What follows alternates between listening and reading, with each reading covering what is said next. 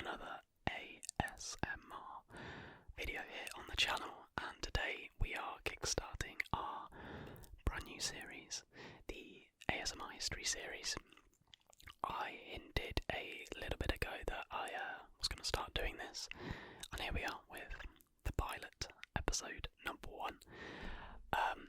This is probably going to be one of the more serious series here on the channel. Usually we have a laugh with FIFA and conspiracy theories, and I've got a few ideas up my sleeve for upcoming series, but I'm not going to reveal them just yet.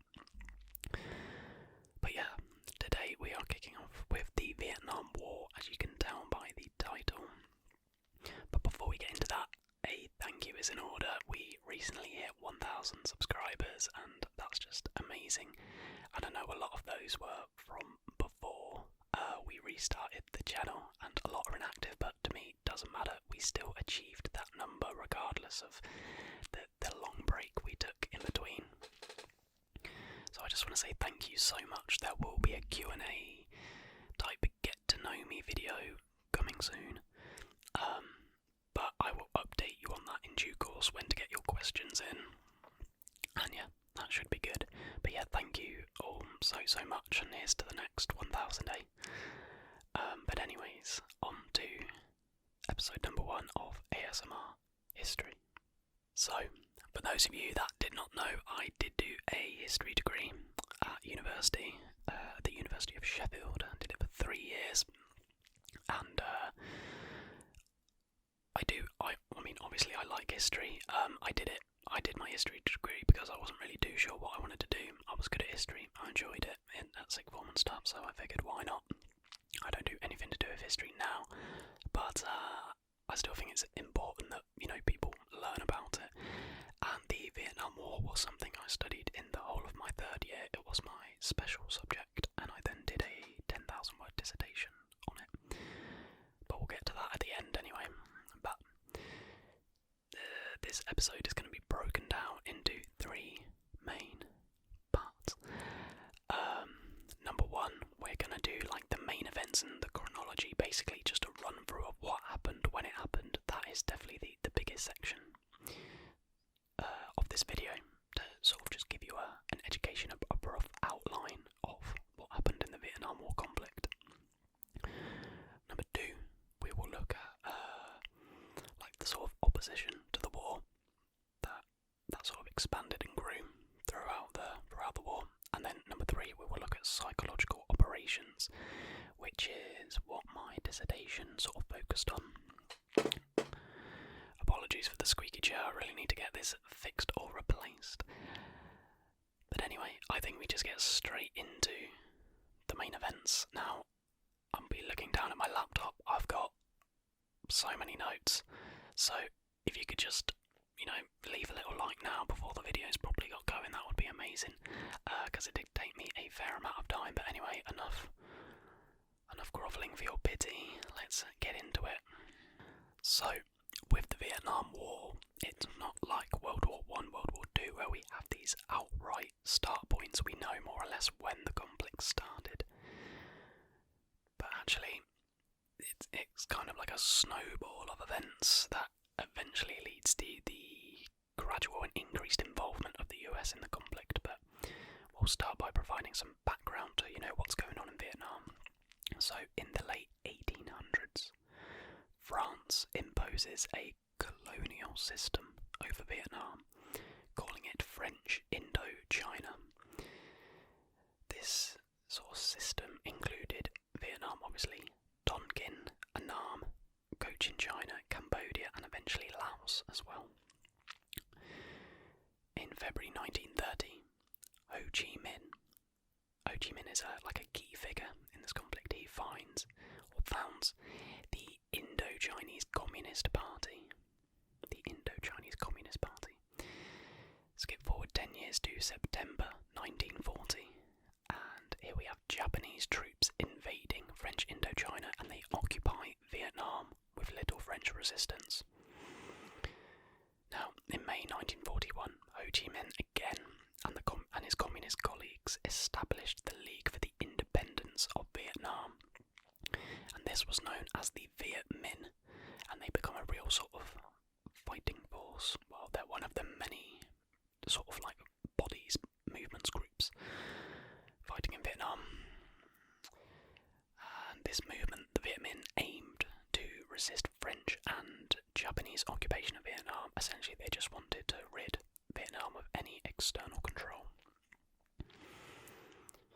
Now, in March 1945, Japanese troops occupying Indochina carry out a coup against French authorities, and they announce an end to the colonial era, declaring Vietnam, Laos and Cambodia independent. In August 1945, Japan is defeated by the Allies in World War II, leaving a power vacuum in Indochina, and this allows France to sort of reassert its authority in the region. And in September 1945, Ho Chi Minh declares an independent North Vietnam, and he models this declaration on the American Declaration of Independence from 1776. And this was done in an attempt to, win the support of the US, and, well, it's fair to say that failed. So yeah, that gives a little bit of background. France still struggling, trying to, keep French Indochina, but in September 1945, the Viet Minh declared that the north of Vietnam is independent. So, going on around this, we can see the Vietnam War as part of the wider sort of ongoing Cold War. There was a comment on the last video which said the wider Cold War context is such like an A-level phrase, and it stuck with me. But yeah, we have to take into account the wider Cold War as it, involves communists and America. In March 1947, in an address to Congress, President Harry Truman states that the foreign policy of the United States is to assist any country whose stability is threatened by communism. This policy becomes known as the Truman Doctrine, and it's referred back to throughout the whole of the conflict. Also, to do with the Cold War, the Soviet Union, or Russia, explodes its first atom bomb in August 1949 in a remote area of Kazakhstan, which marks sort of like a tense sort of turning point in the Cold War with the United States. Adding to this, a Chinese Communist leader, Mao Zedong, declares the creation of the People's Republic of China. So essentially, we've got an independent North Vietnam, the Soviet Union's detonating nuclear bombs, and now China have declared an independent communist state. So the US feels overwhelmed, surrounded by the communist enemy, basically, is the idea here. And the People's Republic of China and the Soviet Union formally recognised the Communist Democratic Republic of Vietnam. So added to this weight of, the US felt a bit ganged up on by the communists, pretty much. Now, a key date here now is in 1954, where French troops were humiliated in defeat by Viet Minh forces at Dien Bien Phu. And this defeat basically solidifies and represents the end of French rule in Indochina completely. In April 1954, President Eisenhower says the fall of French Indochina to communists could create a domino effect in Southeast Asia. Domino. And this so-called domino theory guides US thinking on Vietnam for the next decade. So we've got the Truman Doctrine and we've got the domino theory. These are just a few of the sort of overriding policies and beliefs that drove action in Vietnam. And I think it was either a past paper or my exam paper. One of the exam questions was like, what policies and beliefs drove US action in Vietnam and how did it evolve and change over time, that kind of thing. So anyways, moving on to the Geneva Accords in 1954. In July 1954, the Geneva Accords established a North and South Vietnam with the 17th parallel as the divided line. So it basically set out north-south, and here's the middle bit. years where they separate, and the agreement also said that elections are to be held within 2 years to unify Vietnam. These elections never happened.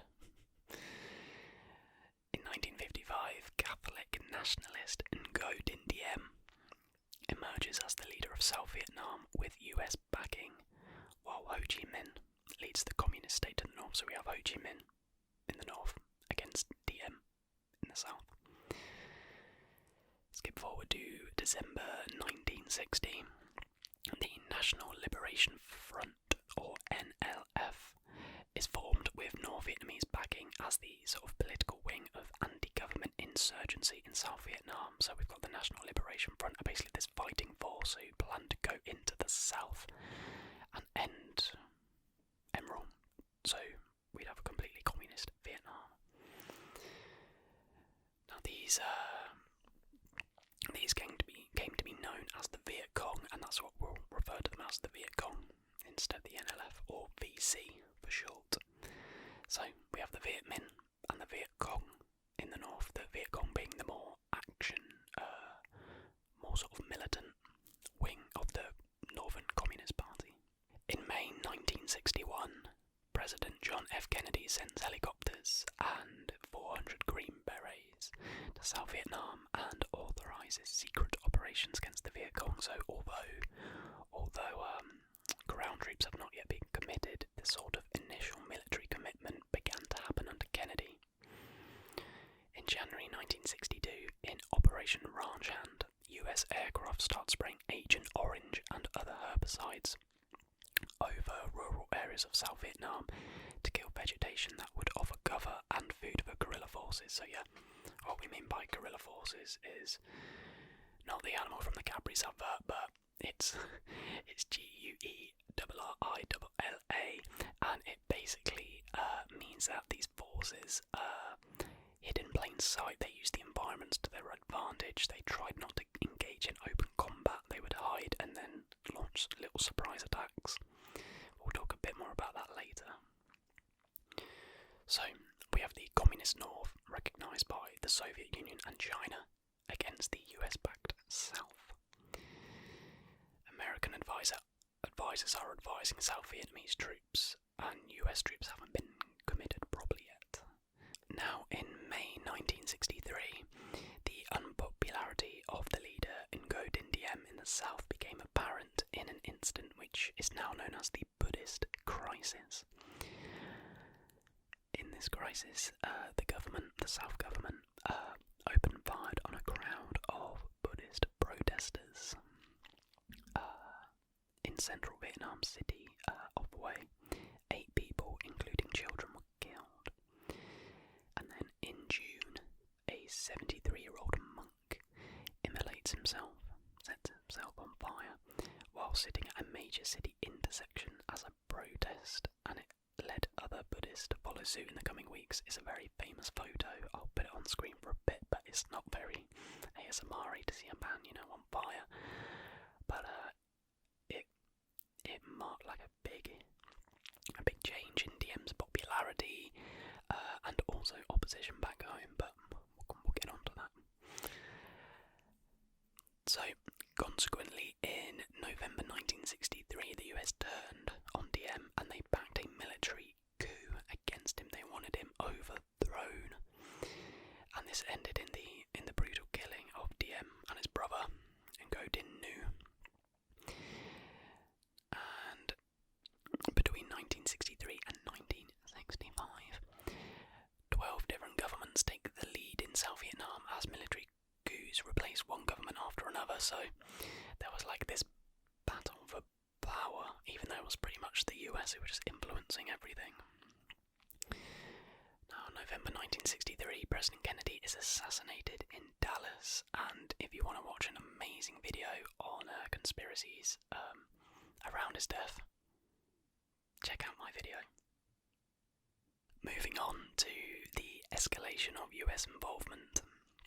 Under Lyndon Johnson, Kennedy's replacement, is where things really begin to escalate. Now, in August 1964, we have the Gulf of Duncan incident. In this incident, the USS Maddox is allegedly attacked by North Vietnamese patrol torpedo boats in the Gulf of Tonkin, leading President Johnson to call for airstrikes on North Vietnamese patrol boat bases.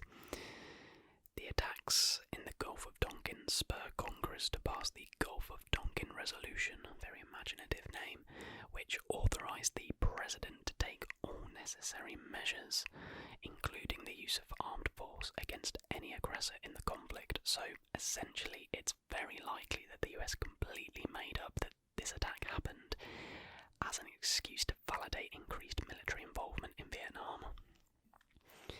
Wow, that really came to bite them on the arse.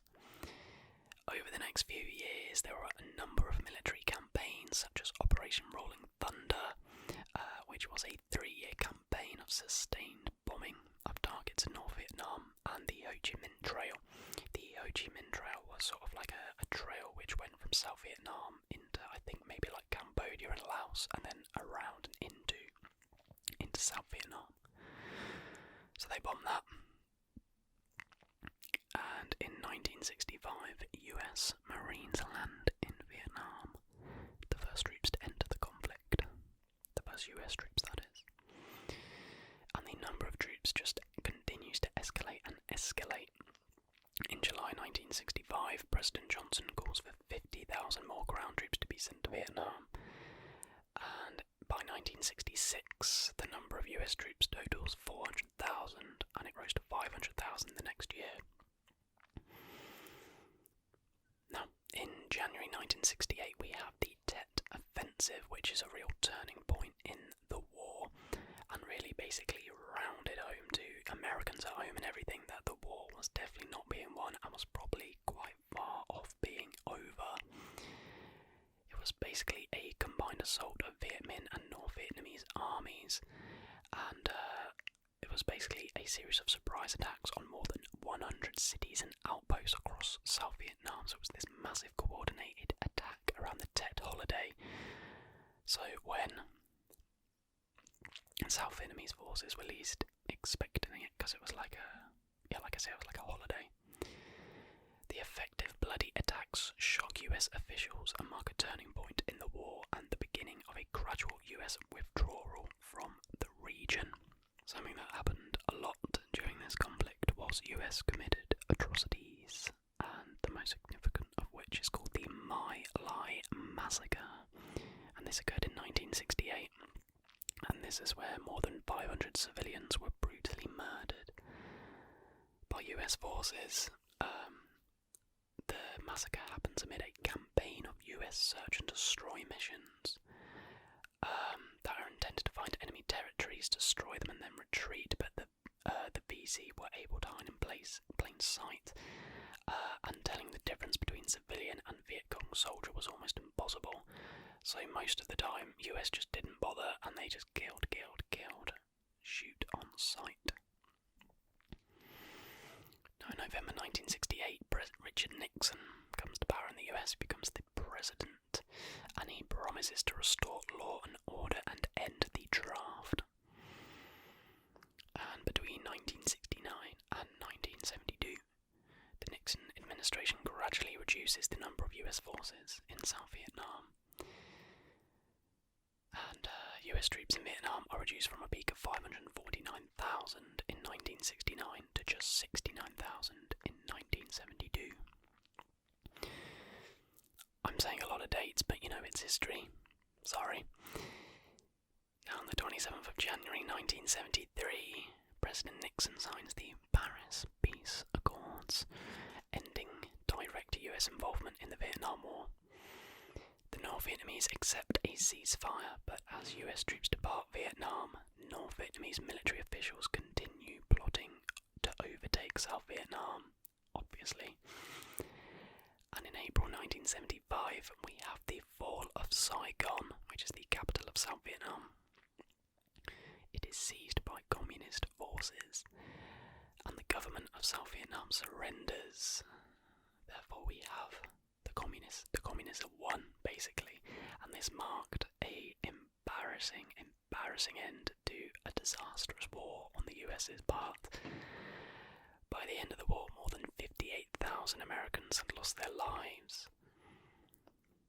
And one of the main reasons the Vietnam War failed was it was doomed from the start. The US tried to fight a war of attrition, your typical war with heavy firepower, weapons, bombs, all of that business, against an enemy they couldn't see, against an enemy who understood the jungles better than them, could engage in small hit and run attacks. They knew how to beat the Americans, but the Americans did not know how to beat them. So they were doomed to fail. Overall, the Vietnam War was a disaster for the US. It made them look weak against the communists, as well as inhumane due to the number of atrocities that went on. So yeah, that was kind of, I said a lot of dates, but it was still a whistle-stop tour of the main events. There's so much more that happened, so much more complexity. I implore you to do your own research and stuff, but that's sort of an outline of what happened. I hope that was clear. I hope what you saw on screen helped as well. Let's go on to the next section, opposition to the war. So, with opposition to the Vietnam War, the anti-war movement began mostly on college, university campuses, as members of the leftist organisation Students for a Democratic Society began organising teach-ins to express their opposition to the way in which the war was being conducted. And students were a key group who opposed the war. On the 4th of May 1970, 4 peaceful student demonstrators at Kent State University in Ohio were murdered. They were shot by Ohio National Guardsmen during a noontime campus anti-war rally, and this became known as the Kent State Massacre. On the 21st of October 1967, one of the most prominent anti-war demonstrations took place as some 100,000 protesters gathered at the Lincoln Memorial. Around 30,000 of them continued in a march on the Pentagon later that night. After a brutal confrontation with the soldiers and US Marshals protecting the building, hundreds of demonstrators were arrested. This protest was basically in response to the fact that by November 1967, American troops' strength in Vietnam was approaching 500,000 and US casualties had reached over 15,000 and 100,000 wounded. The Vietnam War was also costing the US some $25 billion per year, and disillusionment was beginning to reach greater sections of the taxpaying public. Now, opposition to the war was really driven because it was the first televised war, really. Apologies if you can hear creaking upstairs, the ceiling / the upstairs floor is terrible, and for some reason, even at half 12 at night, my brother's moving around, so the reasons for this opposition was that the Vietnam War was really the first televised war. It was vividly reported by journalists who went to Vietnam in search of stories. Images of innocent civilians being killed, maimed and tortured were displayed on TV and in newspapers. Many Americans were horrified and subsequently turned against the war. The South Vietnamese government was also clearly repressive, and many Americans questioned how the American government could justify standing up for this oppressive regime when it was meant to be fighting to protect freedom and democracy. It became clear that the Vietnamese peasants did not welcome American troops, and many Americans questioned why their country was involved if the local population simply did not want them there.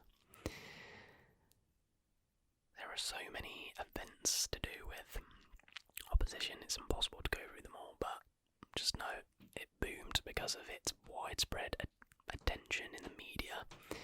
I should also know that in 1967 the anti-war movement got a huge boost when the civil rights leader Martin Luther King Jr. went public with his opposition to the war on accounts.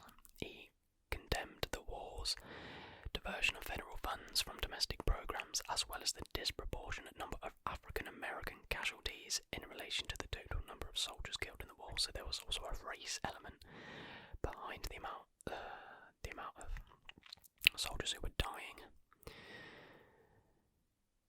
So yeah, that basically sums up a sense of the opposition as increased involvement escalated, as atrocities escalated. Obviously, opposition too escalated. Now finally we move on to psychological operations, and this was sort of the focus of my dissertation. My dissertation was basically on the use of psychological operations leaflets during the Vietnam War by the US and sort of measure their successfulness. It basically involved me going through various online US archives and sourcing these leaflet material, going through them, categorising them, and then looking at how the US measured effectiveness and basically scrutinised their measures of effectiveness. It might sound really boring to some people, but actually it was a lot more interesting than it sounds. It honestly was. But we're going to talk a little bit about this. So obviously the US was fighting a physical war. They were trying to anyway, and failed. But aside from that, they also adopted psychological tactics and measures to try and sway the war in their favour.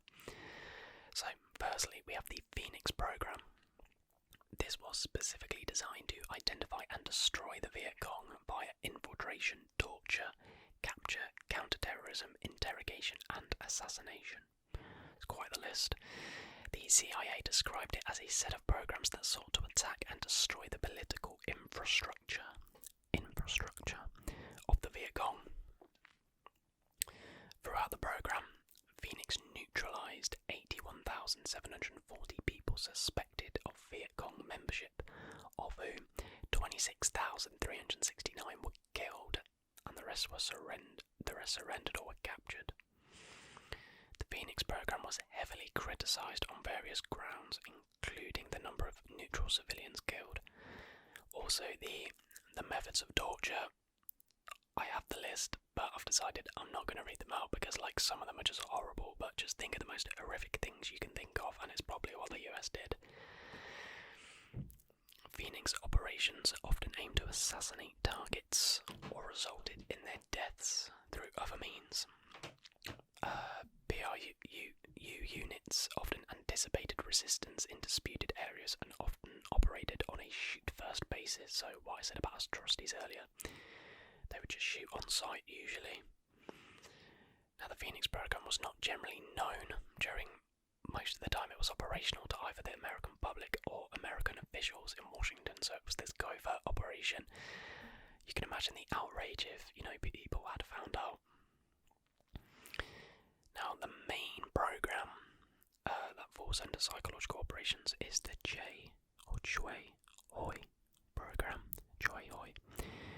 And Choi Hoi loosely translates as open arms. Open arms, open arms, open arms, open arms.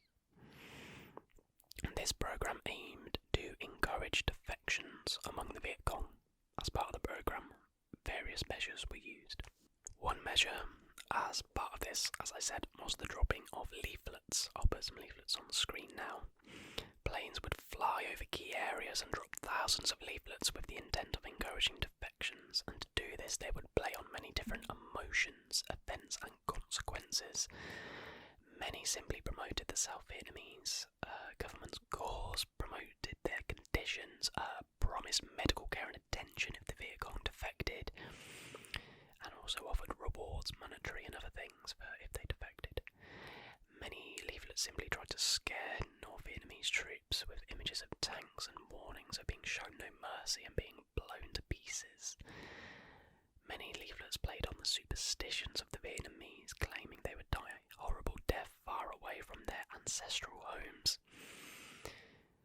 And the thing that I just found so fascinating with these leaflets was just how creative the US could be.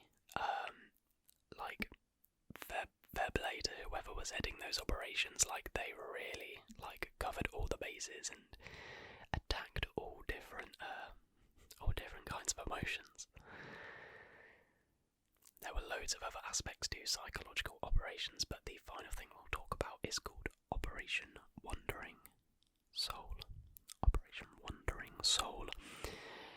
Now, in Vietnamese culture, there exists the idea of the wandering soul.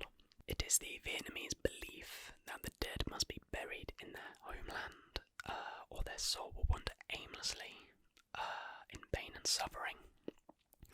Vietnamese feel that if a person is improperly buried, then their soul wanders constantly. They can sometimes be contacted on the anniversary of their death and near where they died. Vietnamese honour these dead souls on a holiday when they return to the site where they died.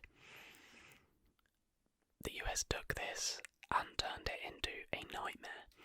They did not care, they had zero chill. The US used this to their advantage and tried to trick the Viet Cong into leaving by playing the audio recording of their dead friends wandering around. Like, how sick is that? And not in a good way. So US engineers spent weeks recording eerie sounds and altered voices, which pretended to be killed Viet Cong, for using this operation with the intended purpose of instilling a sense of turmoil within the enemy and fear. Obviously, with the desired outcome being they flee their position.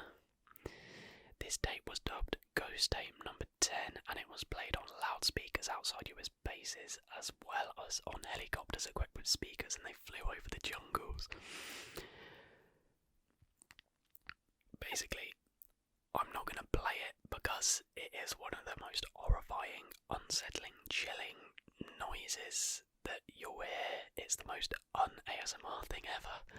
But go and listen to it if you're interested, because, like, well, imagine you have that belief and you hear, like, these horrific noises being played, like, in the middle of the night. I mean, I'd defect, I'm not gonna lie. But yeah, everybody, that does sum up the 3 parts to our Vietnam War history video. I hope you did learn something. I hope it was clear. If it wasn't, let me know. I'll try and improve it for next time, but I really hope you did enjoy. And, you know, if you can relax and learn something at the same time, then that is an absolute win. Absolute win. We'll get nice and close for the outro, so thank you so much for watching. Thank you again, everybody, for 1,000 subscribers. If you did enjoy the video, please leave a like and leave a comment down below what period or event you would like to see covered and discussed in episode number 2 of ASMR History. So yeah, I think that's all I've got to say. So until the next video, guys.